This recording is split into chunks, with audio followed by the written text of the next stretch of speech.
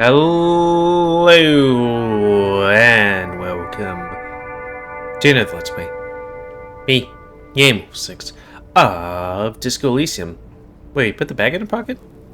On the last Let's Play, we interviewed this guy, that lady over yonder, who is kind of like some kind of like person that goes across what they called planes or something like that. Basically a long hauler or something like that. Possibly on drugs. And the guy down here that's selling some wares. And didn't really sort him, but it was like, hey, it would be nice if he gave us money.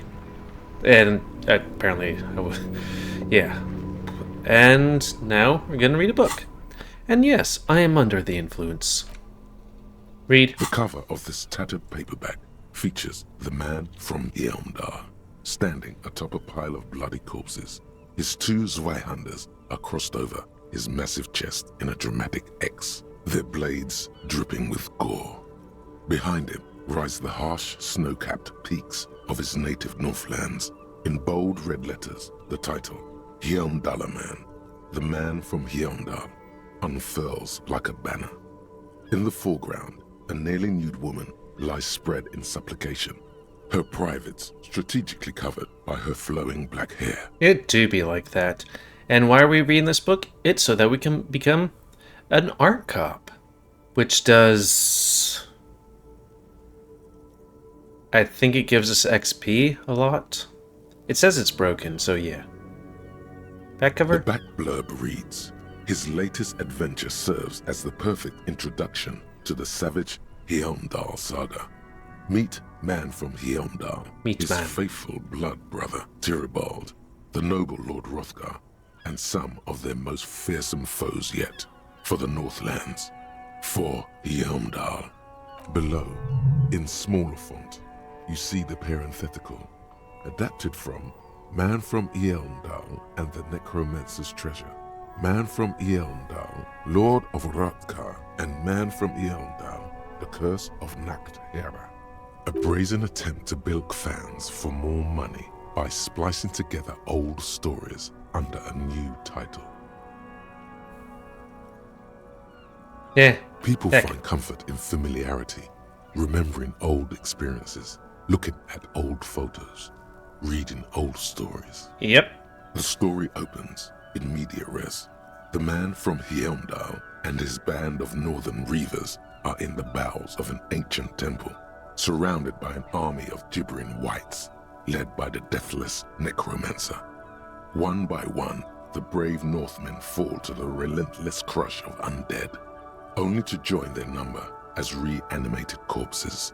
By nightfall, only the man from Hjelmdall and his blood brother, noble Tyribald, are left standing against the dead horde. It is an honor to die by your side, brother, Tyribald cries, as his battle axe beheads one of their reanimated comrades. This is very important to our murder mystery. Just saying. 9, Tyribald. The man from Hjelmdall bellows over the army of flesh and bone. Have courage for the Northlands, for Hjelmdall. He leaps to the mezzanine to face the black-eyed figure, and like a mad ice bear, whirling twin Zweihanders, Sturm and Drang, he plows through the ranks of the deathless, surrounding the necromancer. The writer has never held a sword in their life, let alone two-handed swords at the same time. It is physically impossible for a human being to effectively dual-wield Zweihander swords in any kind of real-life combat situation. Okay, let me look at what a Zweihander is. I think it's like a really big sword.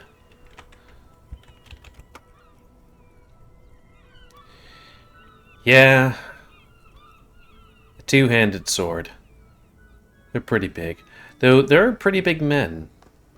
And with deadly finesse, his twin blades scissor the necromancer's head from its body. The undead legions collapse like ragdolls as the dark magic leaves them, and the two Northmen stand alone in their cursed temple, where the bodies of their lost brothers litter the floors. A few chapters later, the man from Hjelmdall and Tyribald are in a completely different setting, high above an arid desert, riding a pair of griffins. that always seem to appear at narratively convenient moments. This book makes a mockery of the very idea of good plotting, though something tells you coherence was never the point. The Northmen find themselves in the court of a powerful southern king, Lord Hrothgar. The old king beseeches the man from Hjelmdall to rid his kingdom of the Nachtherra, a subterranean clan of blind wizards who traded their souls for demonic powers. The man from Hjelmdall extracts a high price from the desperate king. He asks land for the homeless desert pygmies living exiled in the kingdom's borderlands. Hrothgar offers the hand of his eldest daughter instead, but the son of winter does not budge. I haven't heard the word pygmy in a while. What do you mean? Yeah. Because the flame of justice burns bright within his chest. Because, above all, he's driven to bring honor to the name of his beloved Hjelmdall. Because his noble Cutland blood lusts for glory and conquest. It cannot be denied. What do you mean? Is that all? He is the man from Hjelmdall, forged in the fury of battle. Death was his sire, and blood his dam. He had but 14 winters when he left his frigid homelands in Cutla to seek glory and honor. That is his character. He doesn't even have a real name. What is inside this man? Or is muscle and bone all he is? In his dick. He is the wildest man alive. The only mortal strong enough to wield the twin Zweihanders, Sturm and Drang, whose names mean storm and... So, just a side note, I remember, having to read in college the book The Last American Man, which is basically like a biography by someone else about a guy who was like, verbally, emotionally abused by his father, went and became like kind of a wild man and like somebody that, does stuff in the wilderness. And I'm not sure if that's the author's intention, but it was like, oh, this guy's so awesome. He's like a real rugged man. And initially I was like, wow, the author is completely in love with him. A guy that really kind of sucks. But then when I re-looked at it, and I don't think this is the author's intention. It's like, oh, this guy who was verbally and emotionally abused by his father is verbally and emotionally abusing his, the people he dates.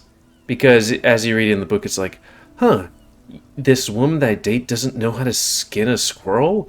You're a piece of shit. And it's like, oh, it's an interesting,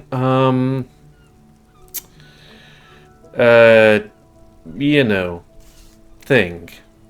Also, that guy's a piece of shit. What are you, a book critic? It might be. Enough. You're ruining the pacing of the story. Now, where did you leave off? What pacing? You skip past a section detailing an elaborate banquet with many toasts, as well as the long and perilous journey from Hrothgar's keep to the ancient forest of Hjelmdall, where our heroes infiltrate the Nachtherra's dire hall. In the center we're already of the here, great hall stands a blood altar on which a pair of Nachtherra are disemboweling a shrieking peasant, an unholy rite that empowers the Nachtherra forbidden magic. As the vile ceremony ends, the sound of steel unsheathing draws the Nachtherra's attention to a pair of cloaked figures standing in the doorway. Swiftly, the visitors toss off their cloaks and unsheathe glimmering northern steel. It's the man from Hjelmdall and his valiant blood brother, Tyribald. Oh, yeah, who else would it be? I did not see that coming. In an instant, the Nachtherra summon a horde of gibbering orcanoids who rush our heroes. I wanted to choose the that hall one. fills with the clang of blades and the screams of the dying as the floor goes slick with steaming orcanoid viscera. Oh, for fuck's sake. When the din of battle settles, only the man from Hjelmdall and Tyribald remain standing. Exhausted and dripping with the entrails of their foes, the two Northmen confront the foul Nachtherra. The man from Hjelmdall's soda-like blue eyes fill with indescribable fury. For the Northlands, he cries, rushing headlong into a desperate melee. He probably is, but you can't be sure, because this one ends in a cliffhanger and a footnote saying, Fuck. To be continued in Hjelmdallermann at the Gates of Tomorrow. Coming soon to your local bookstore. Considering the sheer amount of different Hjelmdallermann books out there, it's very unlikely you're ever gonna find the sequel. The Man from Hjelmdall. Okay. Why does art inspire you so much? What is art? Excellent question. Art is a diverse range of visual, literary, auditory, and performative creativity. It's an expression of imagination and technical skill. Additionally, it's history, criticism, and pure enjoyment. In short, art is the highest form of human communication, representation, narrative, emotion, and agency intertwined. Have you looked in the mirror lately? You have the exact features of a savage art critic, with that beard and those clothes. Disheveled and pathetic. Perhaps you should try to critique architecture too. Have you looked at his glasses recently? Pretty lit. Well, yeah. Of course not. It's autism. Box drawing. Masturbation with a ruler and a sextant or whatever they use. You should demean and criticize the genteel institution of architecture while extolling the virtues of the pure arts. Wait, if construction or architecture is autism and masturbation, I picked the wrong, major to go into.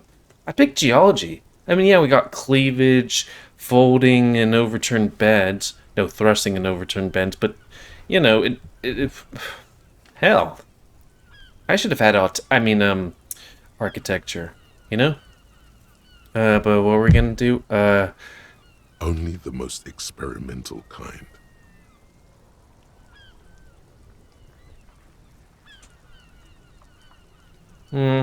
Yes, you seek substance.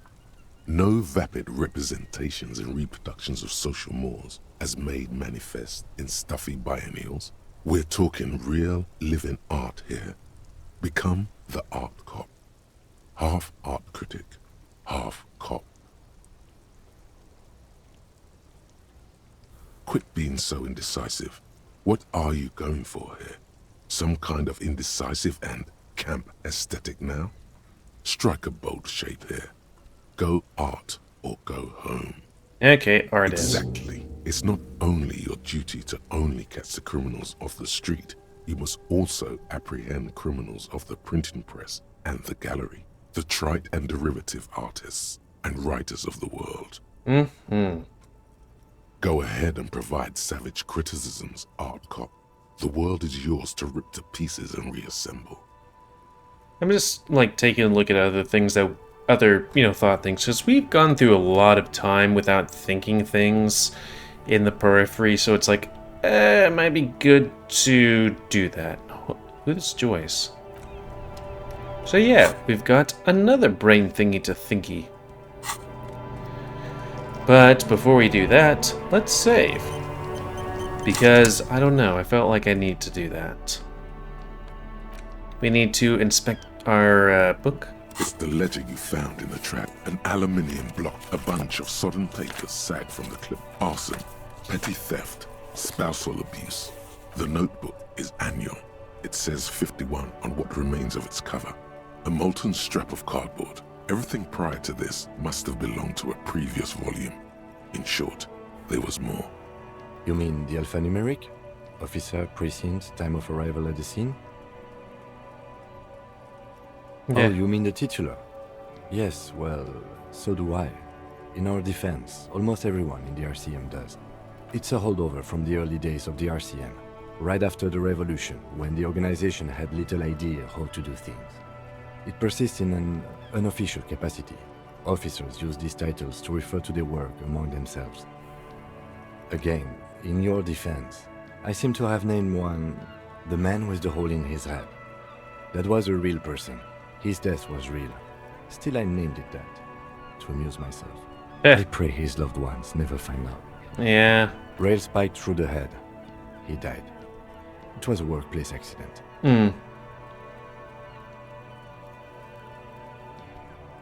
There is, for precisely one more. 15 pages near the end remain untouched by the damage. The checkered grid forms a structure of passages, breaking the case into subtasks to accomplish. Once all the tasks are accomplished, the case is complete.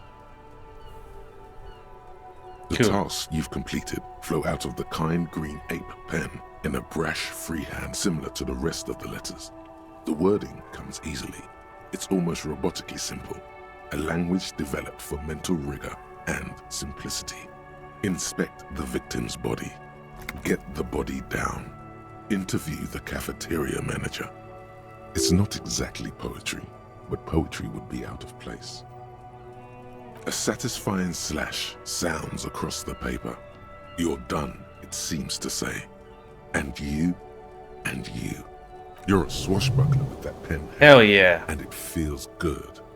Feels like completion. Things to be done and things already done. The composition of reality.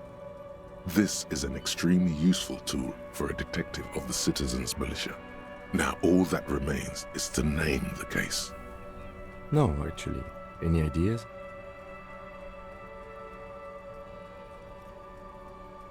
I don't know. Shit on a stick. The Hangman? Great. That's great. That's actually what I was thinking too. The Hanged Man. Good, strong name. We have a very good name for the case now. Yeah, especially because he wasn't dead by hanging, because it's the mystery. I'm going to start calling it the Hanged Man. It's good we sorted this out. Yeah, I like you, Kim. You don't exactly close them, so much as distance yourself from the smelly papers. It takes about half an hour to piece one together, using the system you've devised. Which one do you want? AKA Leslie and Burke, AKA the public indecency drunk and the property damage drunk, is a cursed case. It has been passed from unsuspecting officer to unsuspecting officer for 10 years. On January 29, the unsolvable case made its way to you. Why you accepted it, it is unclear. Every officer, and indeed most civilians in Jamrock, know it's unsolvable. And it's about drunks? Leslie will always take his pants off when he's drunk. Burke will always trash everything. It's just what they do.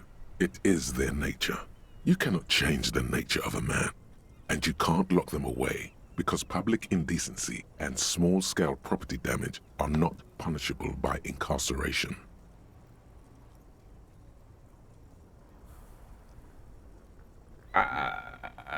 In America it is, isn't it? The only way for Leslie to stop flashing his genitals to bypassers and for Burke to stop dismantling signage and rear-view mirrors would be for them to stop drinking alcohol, which, in their 40s or 50s, it's hard to tell because of their distorted features, is a medical improbability on par with you ceasing to produce the expression. We finished it? Hell yeah. Now we get experience points or something, but now we get an actual art degree. You know. You would think that, but you're wrong. Where's the fun in exposing your genitals or breaking stuff in your own home? No, Leslie and Burke are on the corner of Main Street and Perdition, because that's where the action is. Can you keep yourself off the streets? Threatening fines, dragging them to the station, locking them up in the hellholes they live in, locking them up in the station, hypnotherapy, even trying to get the local gang of Zemyaki to take them out. The Zemyaki gave them ethanol, so Burke and Leslie would expose and rampage even harder.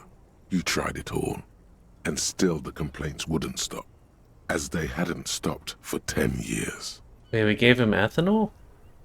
It's plain to see from the files that you, Satellite Officer JV, and Special Consultant TH had more important cases to attend to.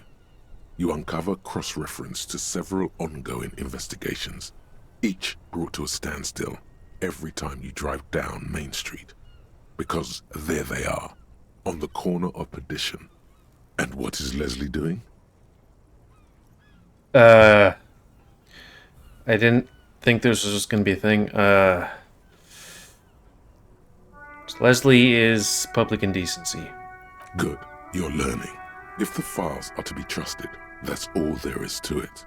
That and Burke breaking things, and the fact that they're both drunk. But then again, so are you. The case becomes considerably less comic one day when Burke takes a swing at your ledger.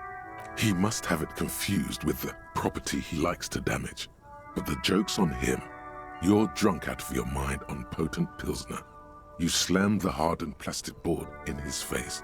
Then you proceed to beat him unconscious with it. Did we write this all down? In the process, the ledger sustains damage. The compartment within, reserved for permeable documents, is jammed shut. You stop your assault on the now unconscious Burke to open it, but are unable to do so. The officer began to cry, reports Leslie, who, at this point, is tending to Burke. He came at us, and at us. I think he was trying to kill Burko. While trying to kill Burko, you slowly come around. The permeables compartment is open. You've smashed it open on poor Burko's kneecaps. The good news is, Burke can't walk anymore. Can't get out of his apartment, an invalid. With Burke to tend to, Leslie cuts back on the indecent exposure. Maybe he flashes his genitals to Burke. Who knows? But both drunks are off the street. The complaints stop. The unsolvable case is solved. Huh. Which is also why the officer responsible narrowly escapes a disciplinary hearing. The end. Do you want to read another one? Sure. It would be very interesting to read about these, wouldn't it? I mean, there seems to be a square-shaped entry wound in the victim's forehead. She's been sitting there for weeks on her rocking chair with a square hole in her skull, staring at the wall, her mouth agape. That's all you got. From the half hour you spent piecing it together, all you know is the entry wound was square-shaped. You never found the bullet. And then another body showed up, also with a square hole in his forehead. Is it like a rail spike? Who knows? Those pages are missing. What next? One day you may still catch the man with the square gun. Some assholes brought their couch outside and hung out on it. In the middle of the street, on the roof, on the hillside by the motorway. You know, at an unexpected location. They were young, and they thought they looked cool on it. Yeah. Yes, as you've said here, insufferable rock and roll assholes. Young people are the worst. So anyway, you got a complaint about the damn sofa, or couch, or whatever it was. They were leaving it out in all these unexpected and whimsical locations. They took it to, where they also took photos of themselves on it, and smoked cigarettes, and drank coffee because they felt it's intellectual. Did they leave the couch there? Did they bring in new, and then bring it back, or did they bring a couch somewhere and then leave it there and then brought a new couch somewhere else? Cigarette butts, coffee cups, stupid couch. You had to clean it all up, and you did. So congratulations to you. Case solved. No, you didn't have time for that. These notes show that you have what is called a real goddamn job. You don't have time to be chasing down the couch assholes. You have a real job to do. What next? Not much has changed in the meanwhile. A bunch of sodden papers still sags from the clipboard.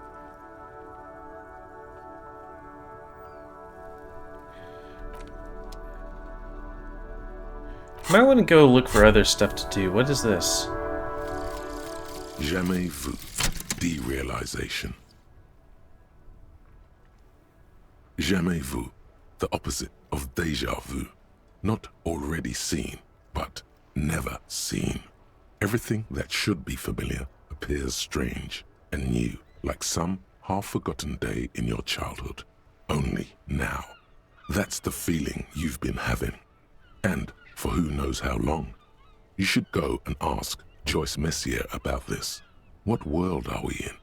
This is a fundamental question. Actual art degree. Trite, contrived, mediocre, milquetoast, amateurish, infantile, cliché and gonorrhea-ridden peon to conformism. I fucked me. Affront to humanity. War crime. Should literally be tried for war crimes. Resolutely shit. Lacking in imagination. Uninformed reimagining of. Lip-wristed, premature, ill-informed attempt at. Talentless fuckfest. Recidivistic shit peddler. Pedantic, listless, savagely boring. Just one repulsive laugh after another. Cool. Well, I think we should, after we've read a book, while thinking a bunch, which I have to say, for somebody who is like more of an alcoholic than I am, and, you know, on a whole bunch of drugs, and, what, 5 years older than I am? I don't know his age. Maybe 10. I don't know. I'm somehow able to read a book and mentally conceptualize a whole bunch of kind of complex things, you know? And can we go down there, or do we have to, like... Oh, maybe we need to go down this way? Because I remember the first time we hopped, and I think I save scummed a bit because I was kind of like main character son here. I was like, okay, give me one more try. Because you have to spend money on that shit.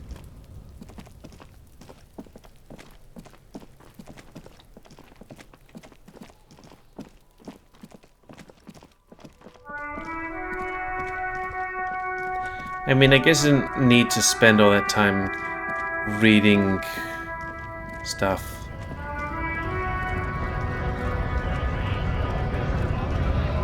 Scab? You're hazy on the notion of a scab. Didn't we? Smells like politics, though. Didn't we just Maybe come up here? It's got something to do with the flask he reaches for from time to time. A kind of a worm, content with mere survival. They come, they want to do our job for shittier pay, screwing over both themselves and us. Everybody loses.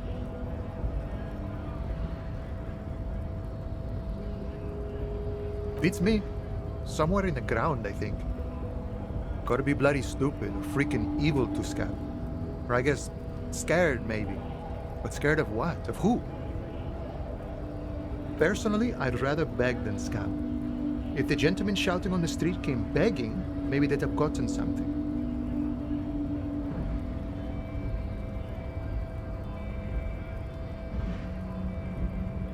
Yeah, talking? Let's just... We've explained the matters, but they don't listen. This lot would be reasonable and go home if the big guy wasn't riling them up all the time. Big guy. He means the leader of the scabs.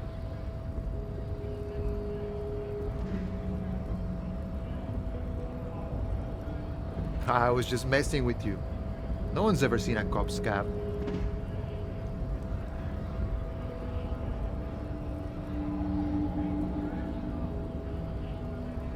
I guess not, now that I think of it. Imagine, you cops going on a strike, but then another cop comes in and says, let us cop for less money. Speaking of, what brings the RCM here? To the wild north? Come to see the strife?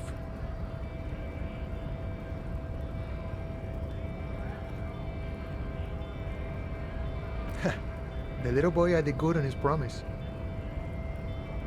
To get me into trouble. To sick the pigs on me, pardon the choice of words, not mine. What happened? I was asked to look into that armor situation. Official union probe, you know. Track it down, see who took it. Did you? At first I thought, why not? Maybe the pieces can feed the strike. Buy us a few more days under the sun, you know. So I went to this boy. He said he'll make me his prison bitch. He's got eyes everywhere, and the cop's in his pocket, and he's the king of Jamrock. Serves me right for doing menial footwork. I dropped that probe right then and there, and it still got me into trouble. One bad move is all it takes.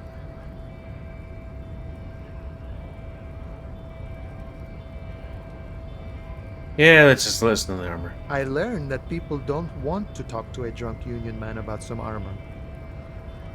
What else? Not much. Technical stuff mostly. That was the interesting part. It's a minor nuisance. It's all good. I did some research into this armadura. Let's say I have friends at the library. I didn't get into the material science, just how it comes off. How does it come off? In parts. 4 in total. The helmet was the first to go. The kid says he tore it off and kicked it into the sea. I believe him. The boots were still on the guy last I saw. Too hard to remove. So, as I count, there are 2 parts missing. The gauntlets and the cuirass. This is where I left off. Too much hassle. More like a job for some militia. Oh, they're just gone. They don't exist anymore, if they ever did at all. Forget about them. I did. Nice and balanced. Some junior officers can take care of the rest. Smart choice. It's only that one spot you need armored too. The one the bullet hits. Any other technical stuff? In parts. So, Seemed like there's as I count, there are 2 parts missing. The gauntlets and the cuirass. This is... Yes. You said as much. No problem. If you see that kid, thank him from Call Me Mañana. Thank him for showing me the way. Call me next morning or tomorrow? You know, serious business. I'm sure the big boss will be glad to tell you. You'll have to ask him first. He's a chatty guy. Wants to talk about the strike too. Just can't break the command structure and tell you now. Okay. Now, I think that's a good time to call it because we're out of time. Because, well, yeah, we're out of time. So, end of this. Let's place a comment. Guys, I like comments. Wait, how many points you guys? This the points? Okay. Damage you like, dislike, tips, tricks otherwise. If you like my YouTube and like see grow, then please like, subscribe, and check out the videos to help it grow. And please remember to spay near your ammo so help control the pet population so nobody just locks this door. Okay, fair enough. I mean, it saves... Who are we? Main character, his legs. And until next time, another Let's Play.